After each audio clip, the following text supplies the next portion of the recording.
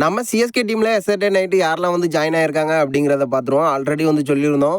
பிரசாந்த் வீர் வந்த வரைக்கும் நம்ம சிஎஸ்கே சார்பாக வந்து அப்டேட்டை வந்து கொடுத்துட்ருந்தோம். இப்போ ரீசெண்டாக அவருக்கு அப்புறமா யாரெல்லாம் வந்திருக்காங்க அப்படின்னு பார்த்தீங்கன்னா, நம்ம சர்ஃப்ராஸ் கான், அதுக்கப்புறமா ஆயுஷ் மாத்ரே, நம்ம முகேஷ் சௌத்ரி, அது மட்டும் இல்லாமல் பார்த்தீங்கன்னா ராமகிருஷ்ணா கோஸ் அப்படின்னு இவங்க எல்லாருமே வந்து லேண்ட் ஆயிருந்தாங்க.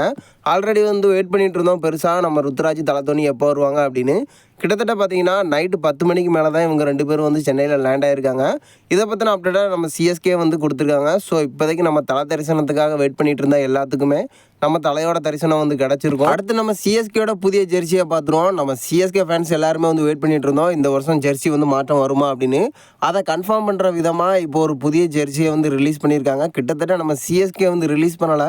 அதுக்கு முன்னாடியே பார்த்தீங்கன்னா சிஎஸ்கே வீரரான சர்ஃப்ராஸ் கான் முதல் ஆளாக வந்து ரிலீஸ் பண்ணியிருக்காரு. ஸோ இப்போதைக்கு பார்த்தீங்கன்னா ஒரு கன்ஃபார்மான ஜெர்சியை வந்து ரிலீஸ் பண்ணலை. பட் பயிற்சி ஆட்டத்தில் யூஸ் பண்ண போகிற ஜெர்சியை தான் வந்து ரிலீஸ் பண்ணியிருக்காரு.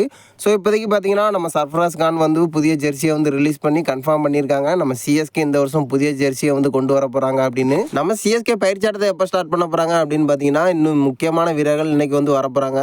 ஸோ அதுக்கப்புறமா இன்னும் ஒரு நாள் ரெஸ்ட் எடுத்துகிட்டு கிட்டத்தட்ட பார்த்தீங்கன்னா 3ஆம் தேதியிலேருந்து ஒரு தீவிரமான பயிற்சியை வந்து நம்ம சிஎஸ்கே ஸ்டார்ட் பண்ணுறதுக்கான வாய்ப்புகள் அதிகமாக இருக்குது அப்படின்னு ஒரு லேட்டஸ்டான அப்டேட் வந்து கிடச்சிருக்கு.